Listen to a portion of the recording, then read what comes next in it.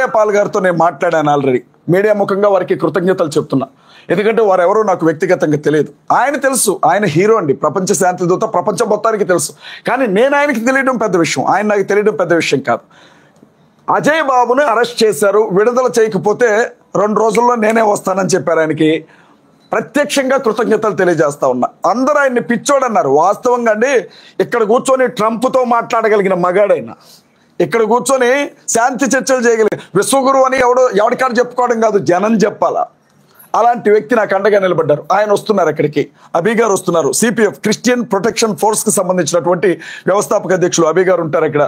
VKR గారు వస్తారు, నేను కూడా వస్తున్నాను వీళ్ళందరిలో ఒకటిగా. అలాగే మా మట్టి ప్రసాద్ గారండి, తెలంగాణ సిఎండిఎఫ్ రాష్ట్ర అధ్యక్షులు. అలాగే ఇన్ఛార్జ్గా ఉన్నటువంటి ఆదిత్య గారు. మీరు గమనించండి, సాయంత్రం 6 గంటలకల్లా చేరుకోండి, ఎందుకంటే జనం సరిపోరు, భారీ ఎత్తున జనం రాబోతున్నారు కాబట్టి సాయంత్రం 6 గంటలకల్లా క్రైస్తవులు అక్కడికి చేరుకోండి. భవిష్యత్ కార్యాచరణ ఏంటి, ఎలా మనం ముందుకెళ్ళాలి అన్న విషయంలో మేధోమదనం జరుగుతుంది. అక్కడ ప్రతి జిల్లాలో కూడా క్రైస్తవ పెద్దల మేధోమదనం కార్యక్రమం జరుగుతుంది. ఇన్ని రోజులు రాజకీయం ఒకెత్తు, ఇక ముందు జరగబోయే రాజకీయం ఒకెత్తు. నేను చెప్తా ఉన్నా, అవసరమైతే ఎన్నికల బరిలో మేము కూడా నిలవబడతాం. నేను అభితో ఒకటే మాట చెప్పాను, ఇన్ని రోజులు సేవ చేసాం, దేవుని వాక్యం చెప్పాం, పాస్టర్స్తో సంఘాలతో మాట్లాడాం. నేను అంటున్నాను, కొడితే కుంభస్థలమే కొట్టాలి. అవి నిలబడితే నారా లోకేష్ మీద నిలబడు, లేకపోతే పవన్ కళ్యాణ్ మీద నిలబడతాను. వాడి మీద వీడి మీద నిలబడి ఓడిపోవడం కాదు, సింహంతో కొట్లాడి చచ్చిపోతేనే పరువు ఉంటుంది, పందితో పోట్లాడి గెలిచిన విలువ ఉండదు. ఖచ్చితంగా ప్రతి నాయకుడి మీద కూడా క్రైస్తవ అభ్యర్థి నిలబడతాడు. వ్యూహాత్మకంగానే ముందుకు వస్తాం. ఇదంతా కూడా 4 రోజులు బాధలో మాట్లాడుకోవద్దండి. ఇక మా కార్యాచరణ మీరు చూస్తారు. ఇది చెప్పడానికే ప్రెస్ మీట్ ఏర్పాటు చేశాం.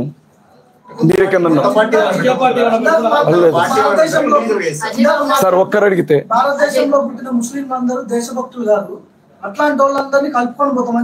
మీరు ఒక విషయం గమనించాలి, మీరు తప్పుగా విన్నారు. భారతీయ జనతా పార్టీకి సంబంధించిన వాళ్ళు, సార్ ఒక్క నిమిషం, ఒకవేళ అది నేనేమన్నా చెప్పే విధానంలో తేడా వస్తే వచ్చుండొచ్చు, కానీ ఒక్క మాట వినండి, దయచేసి వినండి ప్లీజ్, చెప్పనే ఉన్నాను. భారతీయ జనతా పార్టీకి సంబంధించిన నాయకులు ఎలాంటి ముద్ర వేస్తున్నారంటే ముస్లిమ్స్ మీద, ఇక్కడ పుట్టిన ముస్లిమ్స్ ఎవరైతే ఉన్నారో వీళ్ళకి పాకిస్తాన్ మీదే ఉంటుంది తప్ప భారతదేశం మీద ఉండదు అని మాట్లాడుతూ ఉంటారు. కాబట్టి ఆ ఆలోచన తప్పు. ఈ దేశంలో పుట్టినటువంటి ముస్లిం సహోదరులు దేశభక్తితోనే ఇక్కడ బతుకుతారు అన్న విషయం చెప్పాలనుకున్నాను నేను. ఒకవేళ ఏదన్నా ఎవరికి పాకిస్తాన్ వాళ్ళకి సపోర్ట్ చేస్తావా?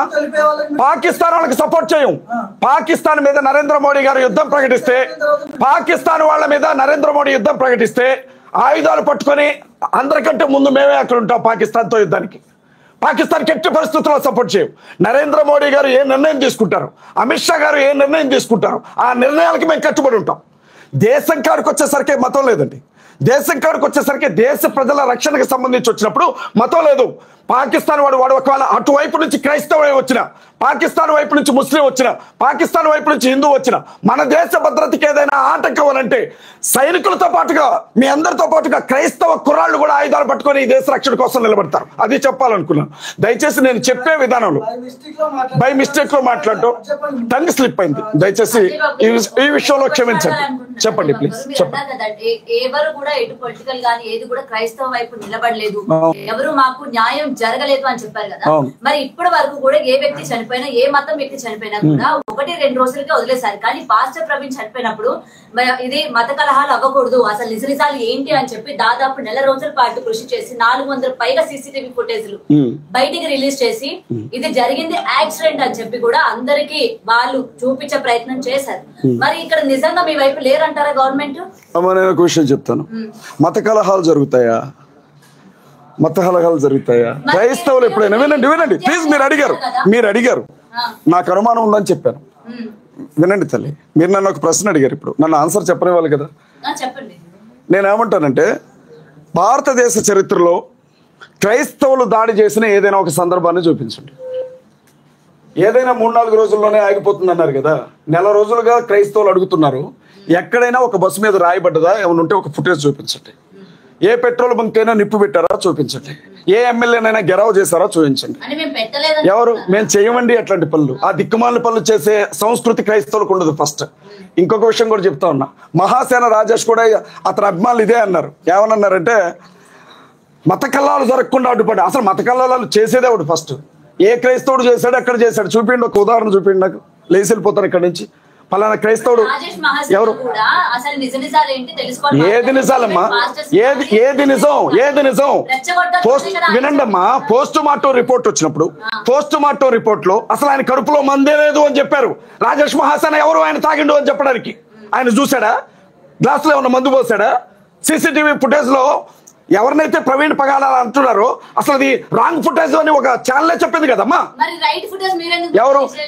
నేను పోలీస్ నన్ను ఐజిన్ చేయి తల్లి. నన్ను ఐజిన్ చేయమా. నేను మాట్లాడుతున్నప్పుడు పోలీస్ ఆఫీసర్ గా ఎవరికి అమ్మ నేను ఒక విషయం చెప్తాను. అక్కడ చనిపోయిన వ్యక్తిని చూసాం. ఆ మనిషి ఏ స్థితిలో చనిపోయి పడిపోయి ఉన్నాడో చూసాం. మీరు దాదాపు 15 గంటల సీసీటీవీ ఫుటేజ్ తీశారన్నారు కదా. మిమ్మల్నే ప్రశ్న అడుగుతున్నాను. 15 గంటల సీసీటీవీ ఫుటేజ్ లో మందు కొనుక్కోవడానికి లిక్కర్ షాప్కే వెళ్ళాడు తప్ప అన్నం తినడానికి ఏ హోటల్కి వెళ్ళలేదమ్మా. హైదరాబాద్ లో బయలుదేరిన వ్యక్తి రాజమండ్రికి వచ్చే వరకు మందు తాగుతూనే వచ్చాడే. ఒక చోట క్వార్టర్ కొనుక్కొని తాగాడు, ఒక చోట ఏమంటారు బ్రాంతి కొనుక్కొని తాగాడు, ఇంకో చోట బీర్ కొనుక్కొని తాగాడు. ఎవరైనా తాగుబోతు సహోదరులు ఎవరైనా ఉంటే ఒక మాట చెప్పండి, అది సాధ్యమేనా? ఎవరైనా తాగితే ఒక్క బ్రాండ్ తాగుతారు. ఇన్ని బ్రాండ్లు దారి పొడుగునా తాక్కుంటూ వస్తారా? సరే తల్లి, ఒకవేళ ఇది కూడా వాస్తవమే అనుకుందాం. రామవరపాడు జంక్షన్ లో ఆ మనిషి 4 గంటలు అక్కడే ఉన్నాడు అని చెప్పారు కదా. 4 గంటల సమయంలో మనిషి పడిపోయి స్పృహ లేని స్థితిలో ఉంటే తలకుండే హెల్మెట్ తీరా, ముఖానుకుండే మాస్క్ తీరా, ముఖం మీద కొన్ని నీళ్లు చల్లరా? అక్కడుండే ఆ ఎస్ఐ సుబ్బారావు గారు ఏమైనా సాక్ష్యం ఇచ్చారు? ఆయన తాగలేదు అని చెప్పారు. ఎవరు? ఆయన తాగలేదని చెప్పారు కదా. మా అదెందుకు వినబట్టలేదు మీకు? అసలు ఆయన తాగలేడు అని చెప్పారు కదా ఎస్ఐ సుబ్బారావు గారు. హైదరాబాద్ లో తాగడం మొదలుపెట్టిన మనిషి రామవరపాడు దాకా తాగొస్తా ఉంటే ట్రాఫిక్ ఎస్ఐకి అర్థం కదా ఆయన ఏమన్నా తాగాడా అని అడిగితే, మీ మీడియా సంస్థలు అడిగితే ఆయన తాగలేడండి, ఆయన చాలా గౌరవప్రదంగా ఉన్నాడు అని చెప్పారు. మరి అదెందుకు సాక్ష్యంగా తీసుకోరు మీరు? మరి ఇంకొక వ్యక్తి కూడా ఎంత తీసుకున్నాడు, ఎంత కట్టారు అని కూడా చెప్పారు కదా. మరి కూడా మీరు ఎందుకు పరిగణలోకి? ఇప్పుడు అమ్మా ఏ ఉన్నా ఏ అయ్యా ఏదో అంటాం, టెక్నాలజీ నాకు పెద్దగా తెలియదు. ఏ అయ్యా మీరు ఇక్కడ కూర్చొని ఉన్నారు, బార్ షాప్ లో ఉన్నట్లుగా ఒక వీడియో చూపించడం మీకు ఒక 5 నిమిషాలు టైం ఇస్తారా?